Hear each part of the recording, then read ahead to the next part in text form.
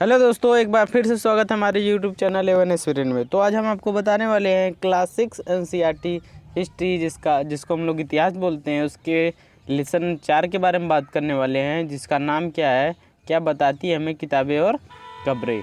इसका नाम क्या है, क्या बताती है हमें किताबें और खबरें। तो इसमें सबसे पहले हम लोग क्या अध्ययन करने वाले हैं, तो इसमें हम लोग देखेंगे वेद क्या होते हैं, ऋग्वेद, कब्र, कंकाल का अध्ययन कैसे किया जाता था, युद्ध किसके लिए होते थे, मतलब क्यों युद्ध होते थे, इसके बारे में भी हम लोग यहाँ पे चर्चा करेंगे डिटेल से। उसके बाद धन का बंटवारा कैसे किया जाता था। फिर भाषा के बारे में बात करेंगे कि ऋग्वेद की भाषा क्या थी। तो आज हम लोग पढ़ने वाले हैं नोट्स के साथ, जो कि हमने खुद अपने हाथों से बनाया। उसके बाद हम लोग यहाँ पे सबसे पहले क्या करते हैं, रीडिंग में सिलेबस, सबसे पहले जो सिलेबस होता है उसको जान लेते हैं, उसके बाद ही पढ़ते हैं। तो यहाँ पे सभी एनसीईआरटी वीडियो कुछ ही मंथ में यहाँ पे अपलोड हो जाएंगी। तो यदि आपको वीडियो अच्छा लगे तो वीडियो को लाइक, शेयर और चैनल को सब्सक्राइब करना न भूलें। तो चलिए चलते हैं, आपको लिख चलते हैं सीधा फर्स्ट वाले टॉपिक से, वेद क्या होते हैं। तो इसके बारे में जानते हैं। तो यहाँ पे जो सबसे पहला हमारा टॉपिक है वेद, उसके बारे में हम लोग डिटेल से यहाँ पे अध्ययन करते हैं। तो यहाँ पे देखिए क्लास 6 एनसीईआरटी लेसन 4 क्या बताती है हमें किताबें और खबरें। तो वेद का जो वेद का अर्थ होता है ज्ञान होता है। क्या होता है? वेद का अर्थ ज्ञान होता है। अब ये जो वेद होते हैं टोटल कितने प्रकार के होते हैं, तो वेद 4 प्रकार के होते हैं, जिसको सबसे पहला वेद है ऋग्वेद, उसके बाद यजुर्वेद, सामवेद, अथर्ववेद। ठीक है, एक बार फिर से सुन लीजिए, ऋग्वेद, यजुर्वेद, सामवेद, अथर्ववेद, ये चारों वेद होते हैं। इसके बाद यहाँ पे देख लीजिए चारों के नाम है, ये सीरियल वाइज से है। इसके बाद हम लोग ऋग्वेद के बारे में पढ़ते हैं। तो ये जो क्लास 6 में पूरा ऋग्वेद के बारे में ही अध्ययन किया गया है, इसमें ऋग्वेद के ही बारे में बताया गया है। तो सबसे पहला जो पॉइंट है इसका, सबसे प्राचीन वेद है। ऋग्वेद क्या है? सबसे प्राचीन वेद है। ये कई बार एग्जामों में पूछा जाता है कि कौन सा वेद सबसे प्राचीन वेद है, या जो सबसे पुराना वेद है कौन है, तो ऋग्वेद है। इसकी रचना लगभग 3500 साल पहले हुई थी। इसकी रचना कितने साल पहले हुई थी? 3500 साल पहले हुई थी। ऋग्वेद में 1028 सूक्तियाँ हैं। कितने? 1028 सूक्तियाँ हैं। कई बार तो ये भी एग्जाम में पूछा जाता है। इसके बाद सूक्त का मतलब अच्छी तरह बोला गया। यहाँ पे जो सूक्तियाँ हैं इसका अर्थ क्या है कि जो अच्छी तरह से बोला गया वाक्य है उसी को हम लोग सूक्तियाँ बोलते हैं। कोई भी वाक्य हो जिसको हम लोग अच्छी तरह से बोलते हैं उसी को क्या बोलते हैं? सूक्तियाँ। ये जो ऋग्वेद है ये किसके स्तुति में रचे गए थे, ऐसा भी क्वेश्चन पूछा जा सकता है। तो यहाँ पे विभिन्न देवी देवताओं की स्तुति में रचे गए थे। जो विभिन्न देवी देवता थे पहले, उनकी स्तुति करने के लिए ये जो ऋग्वेद है उसको क्या किया गया था? इसका रचना किया गया था। इसके बाद हम लोग चलते हैं, अब इसमें 3 प्रकार के देवताओं का उल्लेख मिलता है। ऋग्वेद में 3 प्रकार के देवताओं का उल्लेख मिलता है जो कि महत्वपूर्ण है। इसमें सबसे पहला जो आएंगे वो आग के देवता। ठीक है, कौन है? अग्नि, जिनको आग का देवता बोला जाता है। इसके बाद इंद्र, युद्ध के देवता कौन थे? इंद्र थे। इसके बाद सोम जो आता है, ये एक पौधा है जिससे कि एक पेय पदार्थ बनाया जाता है। जैसे कि ये जो शराब हो गया, मदिरा हो गया, तो इसी तरीके का कुछ रस उसमें उस पौधे से बनाया जाता था, जो कि एक खास अवसर पर एक खास व्यक्ति उसको पीता था। ये साधारण मनुष्य के लिए नहीं था, मतलब कि जो राजा महाराजा थे या उनके जो सैनिक थे या फिर जो भी थे उनके खास, वो सब उसको ग्रहण करते थे। वैदिक प्रार्थनाओं की रचना ऋषियों ने की। जो ये प्रार्थनाएं, इसमें 1028 सूक्तियाँ हैं, इसको प्रार्थनाएं भी बोला जाता है। इसकी रचना ऋषियों ने की थी। ऋग्वेद की भाषा, यहाँ से भी क्वेश्चन पूछता है, ऋग्वेद की भाषा कौन सी है? तो ऋग्वेद की भाषा प्राकृतिक संस्कृत, ठीक है, प्राक संस्कृत या वैदिक संस्कृत कहलाती है। तो ये वाली जो संस्कृत, जो हम लोग संस्कृत पढ़ते हैं उससे थोड़ा कठिन थी। ठीक है, हम लोग की जो संस्कृत है ये थोड़ा सरल है, लेकिन ये जो प्राक संस्कृत है या वैदिक संस्कृत है ये थोड़ा कठिन संस्कृत होती थी। इसके बाद हम बात करेंगे, ऋग्वेद का उच्चारण किया जाता था, इसे सुना श्रवण किया जाता था, न कि पढ़ा जाता था। तो ऋग्वेद है, जैसे कि आज हम लोग किताबों को क्या करते हैं? पढ़ते हैं। तो पहले के समय में ऋग्वेद का उच्चारण किया जाता था और उसके बाद उसे क्या किया जाता था, उसे सुना जाता था, श्रवण किया जाता था उसका, न कि उसको पढ़ा जाता था। इसके बाद जो नेक्स्ट हमारा यहाँ पे टॉपिक है मवेशी घोड़े और रथ। मवेशी घोड़े और रथ जो कि ऋग्वैदिक काल में बहुत ही इम्पोर्टेंट ये सब रखते थे। कौन? मवेशी घोड़े और रथ। तो ये जो मवेशी घोड़े होते थे इनका प्रयोग रथ को खींचने के लिए किया जाता था। ये जो घोड़े होते थे इनका प्रयोग किसके लिए? ये रथ को खींचने के लिए किया जाता था। और ये रथ का प्रयोग युद्धों में किया जाता था। जैसे कि कोई युद्ध हो जाए तो उसमें रथों के द्वारा जो विभिन्न सैनिक थे वो युद्ध लड़ते थे। उसके बाद मवेशी क्या होते थे? तो मवेशी युद्ध में जीत कर लाए जाते थे, जिन्हें थोड़ा इसको आगे थोड़ा देखेंगे। ऋग्वेद में मवेशियों, बच्चों, खासकर पुत्रों, ठीक है, खासकर पुत्रों और घोड़ों की प्राप्ति के लिए अनेक प्रार्थनाएं हैं। इसकी प्राप्ति के लिए अनेक प्रार्थनाएं हैं। कहाँ पे? ऋग्वैदिक में उनके लिए क्या है? घोड़ों के लिए और बच्चों के लिए अनेक प्रार्थनाएं किए गए हैं। लड़ाइयों में मवेशी को जीत कर लाए जाते थे। लड़ाइयों में मवेशी को जीत कर लाए जाते थे। अब यहाँ पे हम लड़ाइयों के कारण देख लेते हैं कि लड़ाइयों के क्या कारण थे, क्यों लड़ाइयाँ होती थी। तो सबसे पहला जो कारण है ज़मीन के लिए, सबसे पहला जो कारण है ज़मीन के लिए ये लड़ाइयाँ होती थी। ये लड़ाइयाँ किसके लिए? ज़मीन के लिए होती थी। अब कोई ऊसर वाला ज़मीन थोड़ी ना, अब वो जो एक महत्वपूर्ण जगह हो जहाँ पे अच्छी चारागाह हो, जहाँ पे अच्छी फसल उगती हो, जहाँ पे एक अच्छा मैदान हो, उस मैदान के लिए, उस चारागाह के लिए, उस ज़मीन के लिए वहाँ पे क्या होती थी? लड़ाइयाँ लड़ी जाती थी। और दूसरा जो है पानी के स्रोतों के लिए, तो उस समय पानी के स्रोतों के लिए भी वहाँ पे लड़ाइयाँ लड़ी जाती थी। और तीसरा जो है बंदी बनाने के लिए, जो राजा होते थे दूसरे राजा को बंदी बनाने के लिए भी लड़ाइयाँ लड़ते थे। ये तीनों कारण हो गए। इसके बाद हम लोग आगे चलते हैं। युद्ध में जीते गए धन का बंटवारा। तो युद्ध में जो जीता गया धन था उसका बंटवारा कैसे किया जाता था, इसके बारे में हम लोग पढ़ते हैं। तो सबसे पहले तो जो युद्ध जीता जाता था तो उसमें सबसे पहले जो बंटवारा करते थे वो होते थे सरदार। तो सरदार उसमें से कुछ धन क्या ले लेते थे? सरदार उसमें से रख लेते थे अपने पास।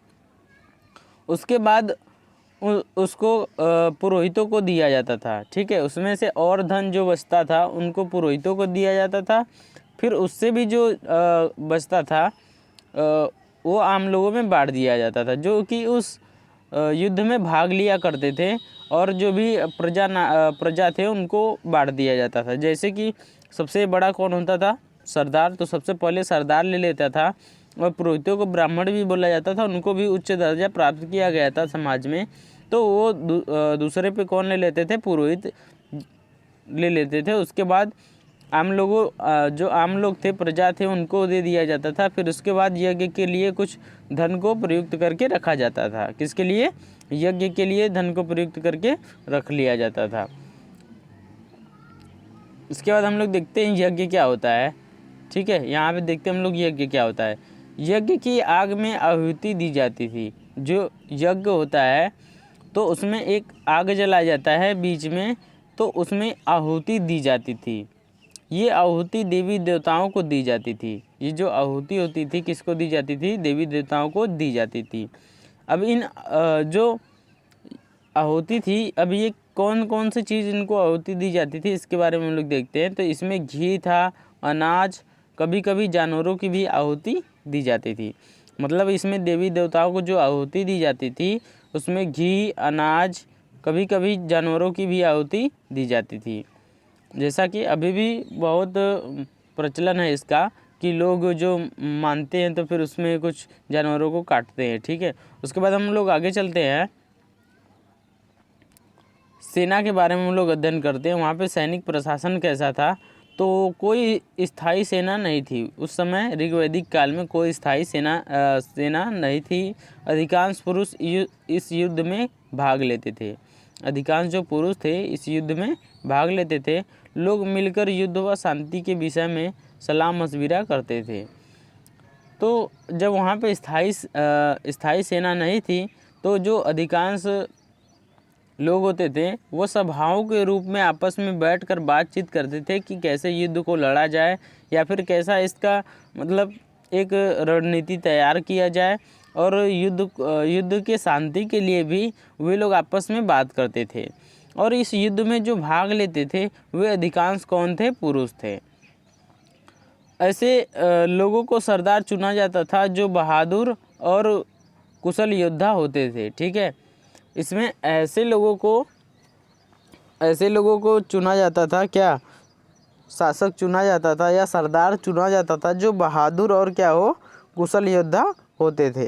इसके बाद हम लोग आगे चलते हैं, विशेषता बताने वाले शब्द के बारे में बात करते हैं। विशेषता बताने वाले शब्द के बारे में तो यहाँ पे काम, परिवार, भाषा, समुदाय, इन सभी से क्या होता था, विशेषता बताने का निर्माण होता था। जैसे कि पुरोहित जिन्हें कभी कभी ब्राह्मण कहा जाता था, पुरोहितों को कभी कभी क्या कहा जाता था?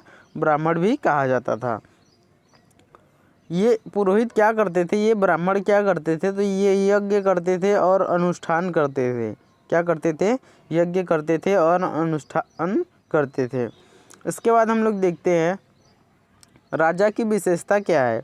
उस समय ऋग्वैदिक काल में राजा की विशेषता क्या है, और जब भी हम लोग पढ़ेंगे, जैसे कि जब हम लोग प्राचीन इतिहास पढ़ेंगे तो उसमें देखेंगे हम लोग कि जो समुद्रगुप्त या हर्षवर्धन है, अशोक है, बिंबिसार है, चंद्रगुप्त मौर्य है, ये सब भी राजा थे। तो इन राजाओं में और इन राजाओं में क्या तुलना थी, इन राजाओं में और इन राजाओं में क्या अंतर था? मतलब कि जो ये मतलब प्राचीन भारत के जब वो थे शासक या राजा थे, उन राजाओं में और ऋग्वैदिक काल के राजाओं में क्या अंतर थे? तो हम लोग देखते हैं कि ऋग्वैदिक काल में जो राजा थे इनके पास न तो बड़ी राजधानियों और न महलों में रहते थे। मतलब कि जो ऋग्वैदिक काल के राजा थे न बहुत बड़े राजधानियों में रहते थे और न ही महलों में रहते थे। लेकिन यदि हम बात करें प्राचीन में, तो उसमें जो मान लीजिए कि हम मौर्य वंश के बारे में बात कर रहे हैं, तो उसमें जो अशोक था उसकी बहुत बड़ी राजधानी थी। पूरा उत्तर भारत को उसने एक साम्राज्य में, मतलब मौर्य साम्राज्य में क्या किया था? समाहित किया था। उसके बाद वो सब महलों में भी रहते थे। ठीक है, वो सब महलों में रहते थे।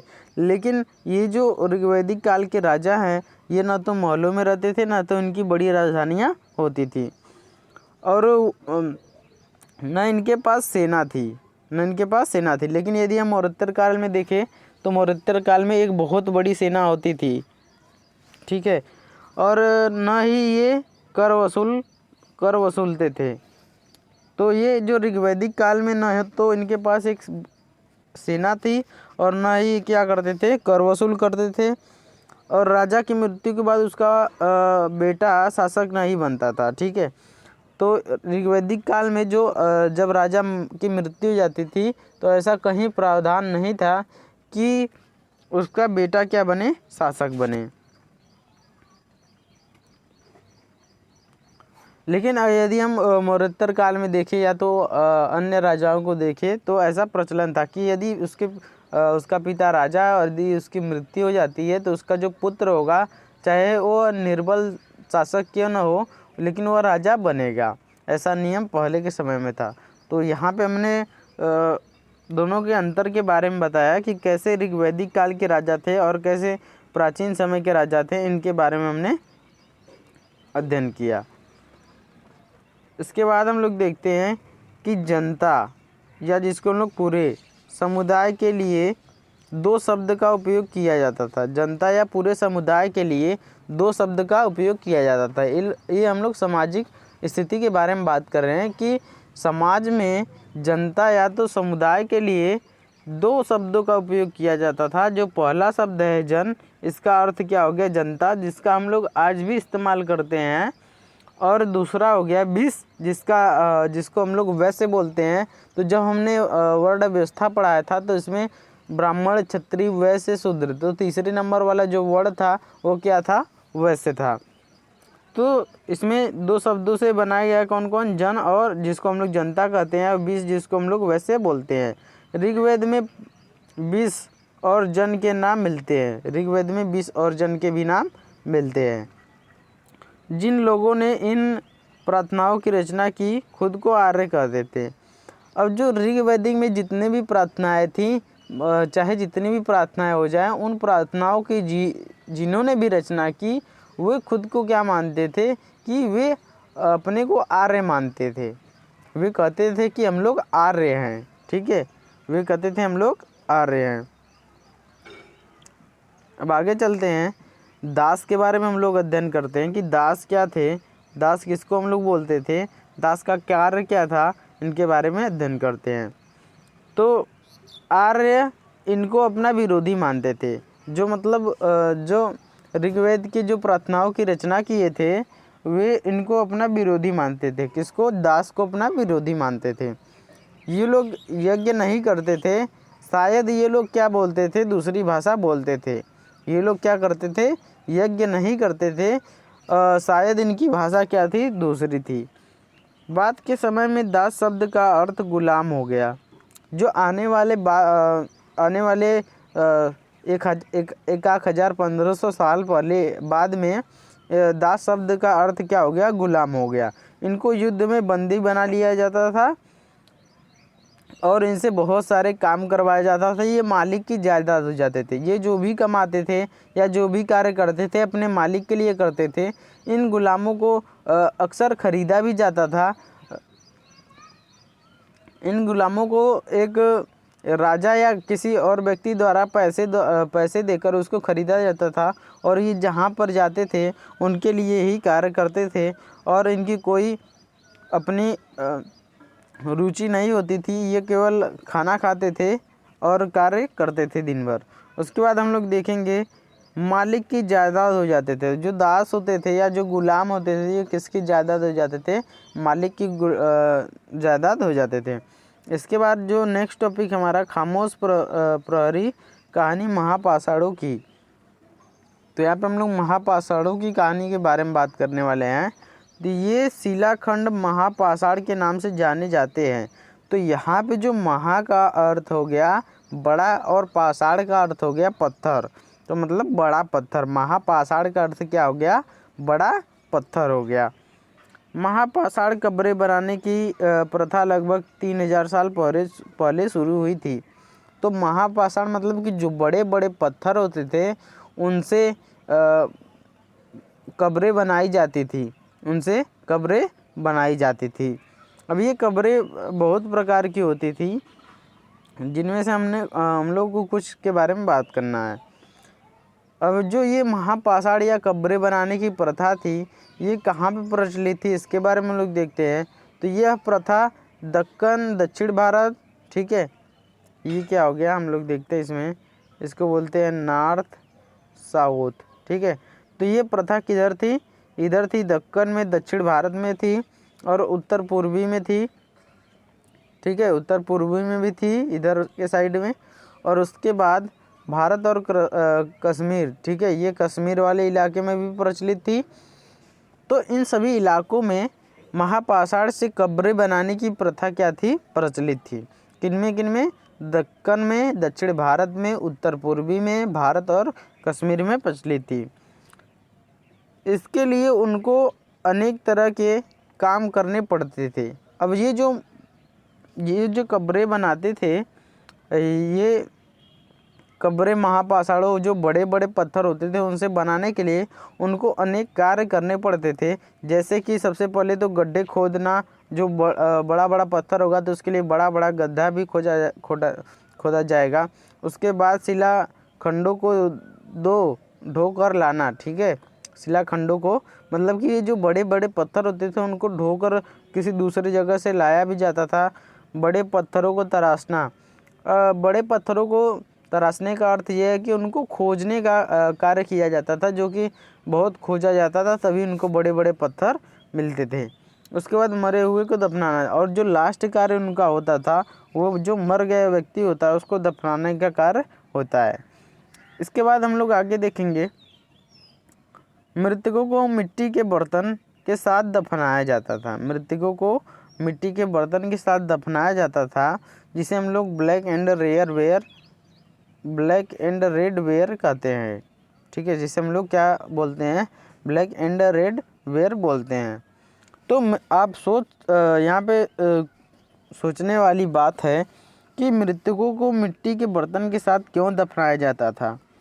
तो इसके पीछे उनका यही कारण होता होगा कि जो व्यक्ति मर जाते थे तो और जो व्यक्ति उनको दफनाते थे उनके दिमाग में यही चल रहा होगा कि ये व्यक्ति बाद में उठेंगे और खाना पीना ये सब ग्रहण करेंगे। इसके लिए उन्होंने बर्तन में पानी रखते थे, उसमें खाना रख देते थे बर्तन में।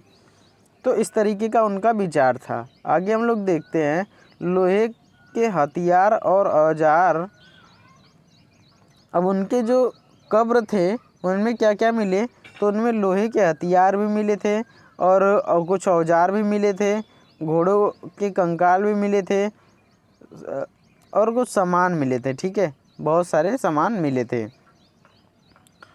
तो उनकी कब्रों से घोड़े का कंकाल, तो इसका अर्थ है ये कि बहुत से लोग उसमें घोड़े को भी क्या कर देते थे, दफना देते थे। उसके बाद हम लोग नेक्स्ट टॉपिक पे चलते हैं। तो यहाँ पे हम लोग कब्र के बारे में अध्ययन कर रहे हैं कि कब्र क्या होती है, कब्र कैसे पहले की कब्र थे, तो उसके बारे में अध्ययन कर रहे हैं। तो ब्रह्मगिरी में एक व्यक्ति की कब्र से 33 सोने के मनके और शंख पाए गए। तो ब्रह्मगिरी में एक व्यक्ति के मनके से एक व्यक्ति की कब्र से कितने 33 मनके, वो भी सोने के और शंख पाए गए। दूसरे लोगों के पास कुछ मिट्टी के बर्तन पाए गए। अब ये देखिए कि एक व्यक्ति के पास 33 सोने के मनके और कुछ शंख पाए जाते हैं और दूसरे व्यक्ति के पास कुछ मिट्टी के बर्तन पाए जाते हैं। इससे क्या अनुमान लगाया जा सकता है, इससे क्या पता चलता है कि कुछ लोग अमीर थे, कुछ लोग गरीब थे। जो लोग अमीर थे उनके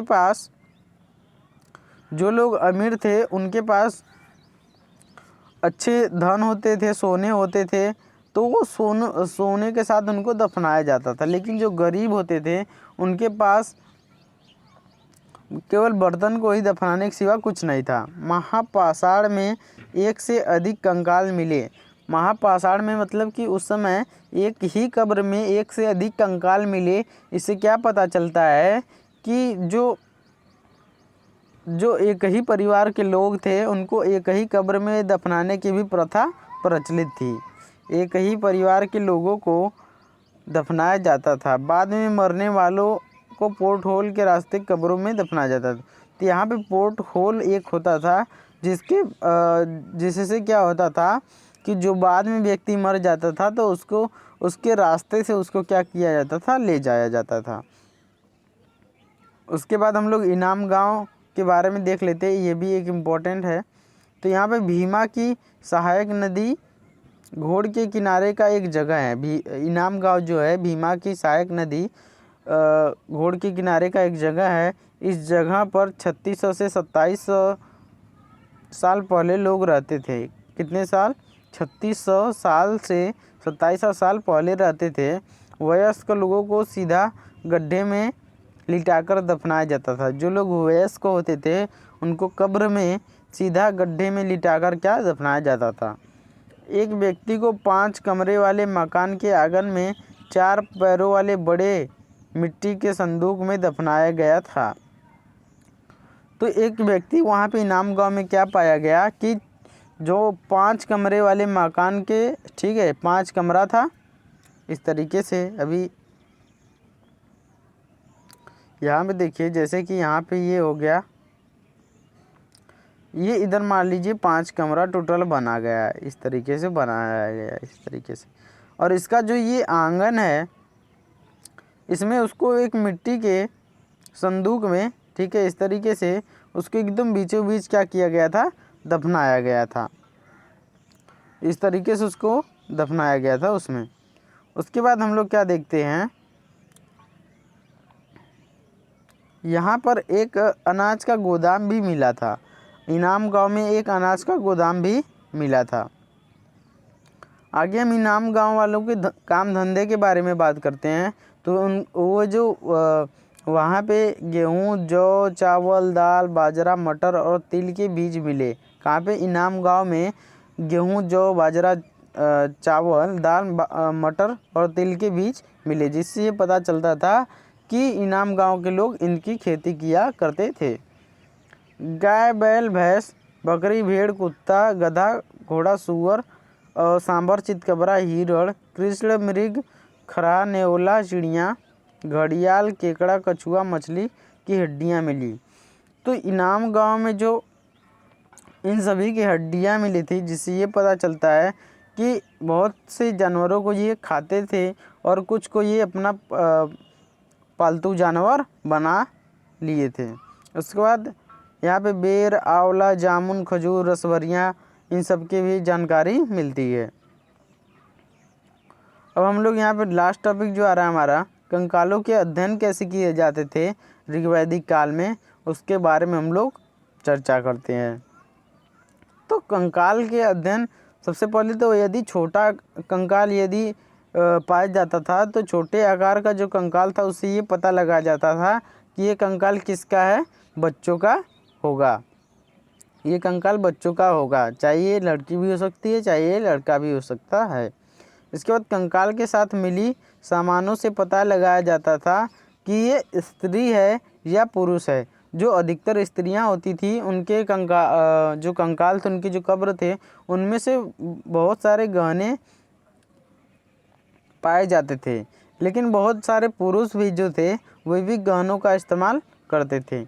महिलाओं का कूड़ा, या जिसको कटी प्रदेश बोला जाता था, पुरुषों की अपेक्षा बड़ा होता था। इसके बाद 200 साल पहले चरक नाम के प्रसिद्ध वैद्य थे। 200 साल पहले चरक नाम के प्रसिद्ध वैद्य थे। उन्होंने अपनी एक किताब लिखी है, चरक संहिता। ये परीक्षाओं में पूछा भी जाता है।